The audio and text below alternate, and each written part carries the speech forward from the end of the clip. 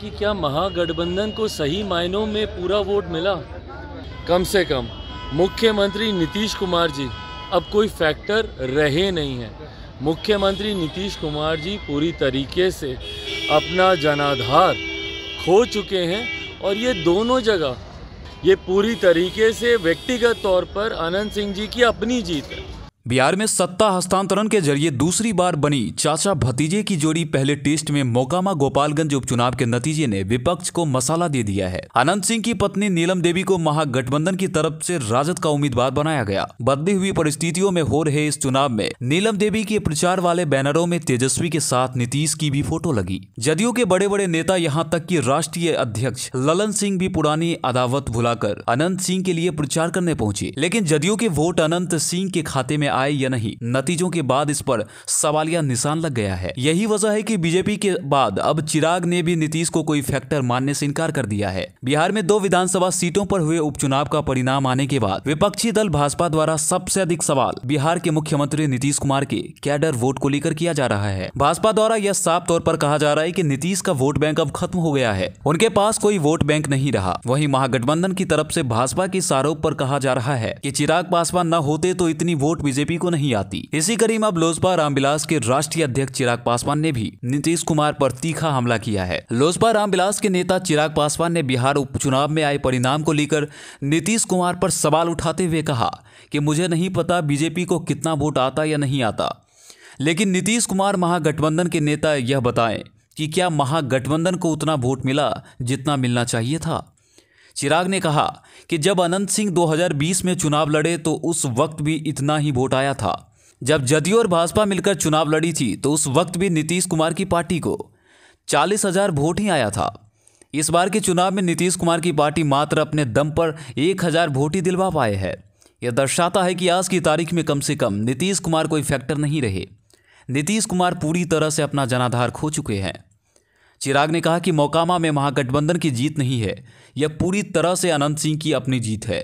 उनका अपना प्रभाव क्षेत्र में रहा है, वो अकेले भी लड़कर चुनाव जीतते रहे हैं। गोपालगंज में जहां उनको अपना प्रभाव दिखाना था वहां तो वो हार गए। इसके अलावा चिराग ने आगामी दिनों में बिहार में एक सीट पर होने वाले उपचुनाव को लेकर कहा कि वह कुढ़नी में हो रहे उपचुनाव में बीजेपी को समर्थन देंगे।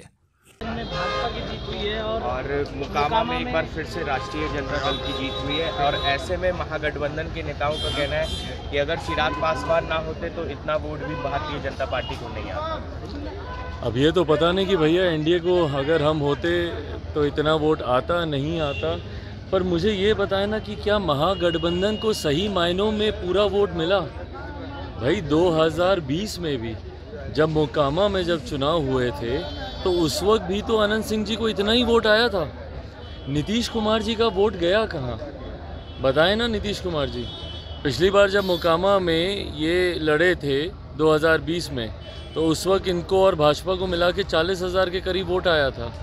तो भाई वो 40,000 वोट तो प्लस होना, चलिए मान लीजिए उसमें भाजपा का भी वोट था, 20,000 वोट प्लस होता है इनका। पर पिछली बार 2020 में 78,000 वोट आया, इस बार 79,000 वोट आया, मात्र 1,000 वोट से ज़्यादा भी इनका वोट नहीं बढ़ा। तो भाई गया कहाँ नीतीश कुमार जी का वोट? तो ये अपने में दर्शाता है कि आज की तारीख में कम से कम मुख्यमंत्री नीतीश कुमार जी अब कोई फैक्टर रहे नहीं हैं।